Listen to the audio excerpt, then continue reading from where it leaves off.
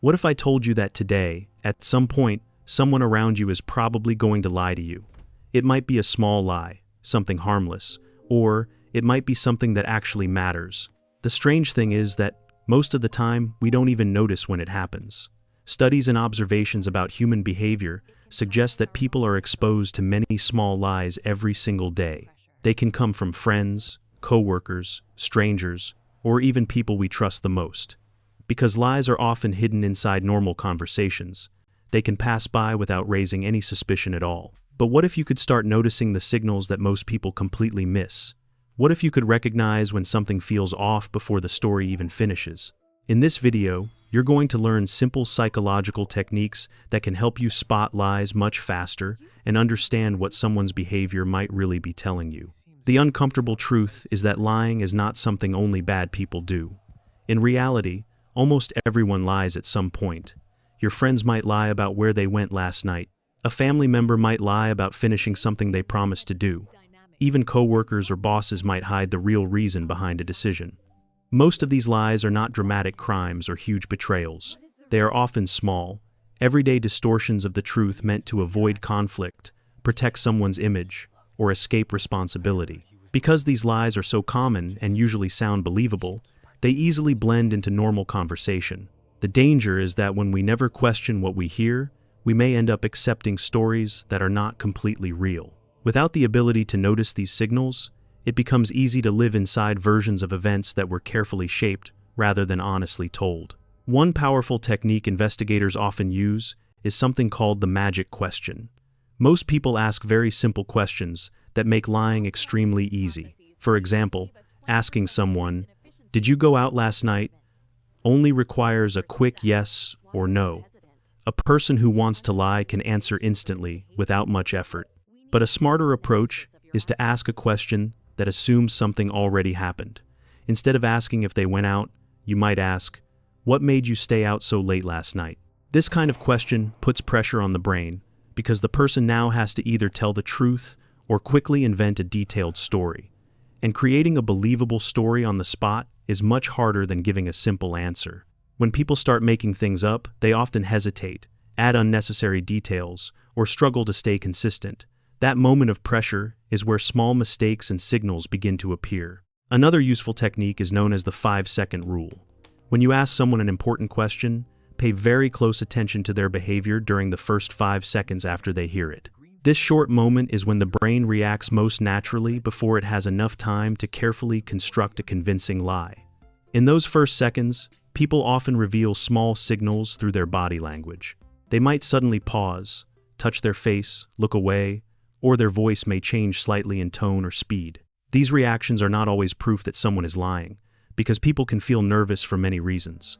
However, when several of these signals appear together within those first 5 seconds, it can indicate that the person is under pressure and trying to think of what to say next.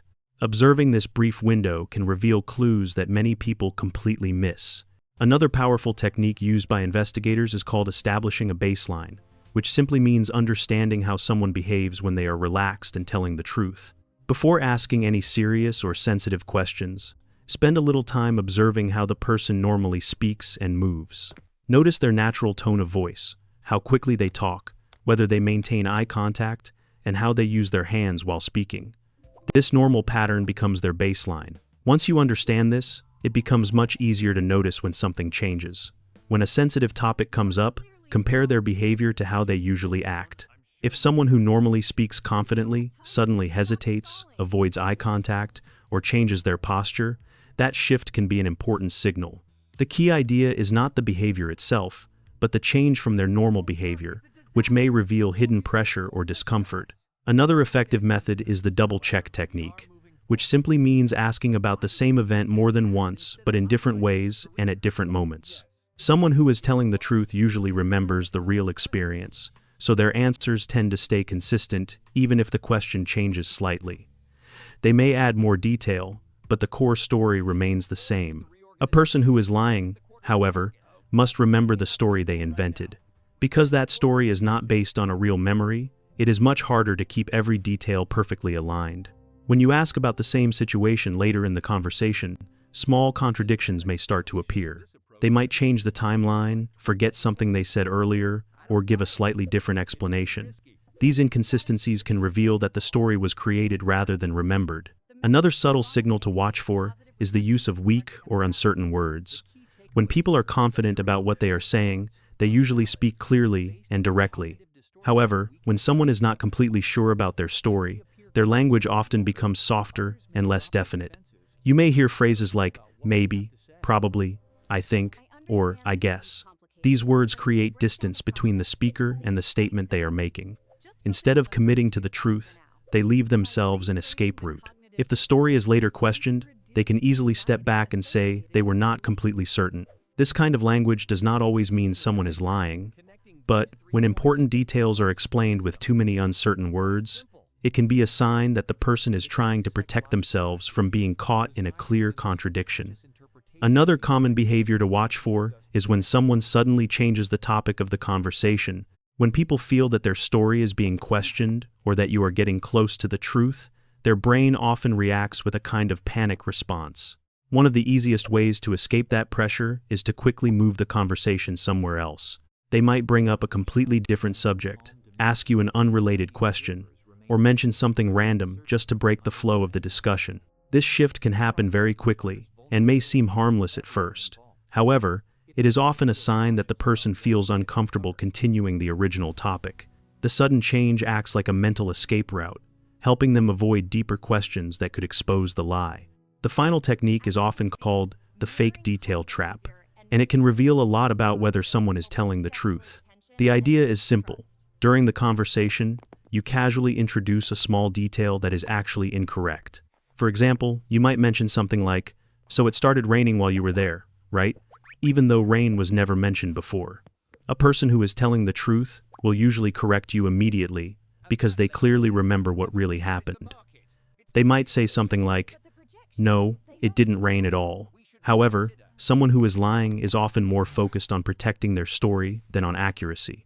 Because of this, they may agree with your false detail without thinking carefully. By accepting the incorrect information, they accidentally reveal that the story may not be based on real memory. Now you know 7 powerful techniques that can help you notice when something isn't quite right.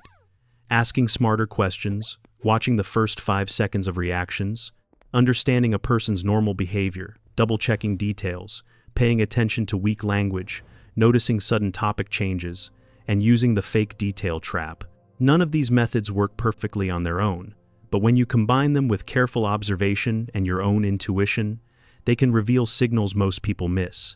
If you found these insights useful, make sure to like the video, share your thoughts in the comments, and subscribe for more psychology tips like this.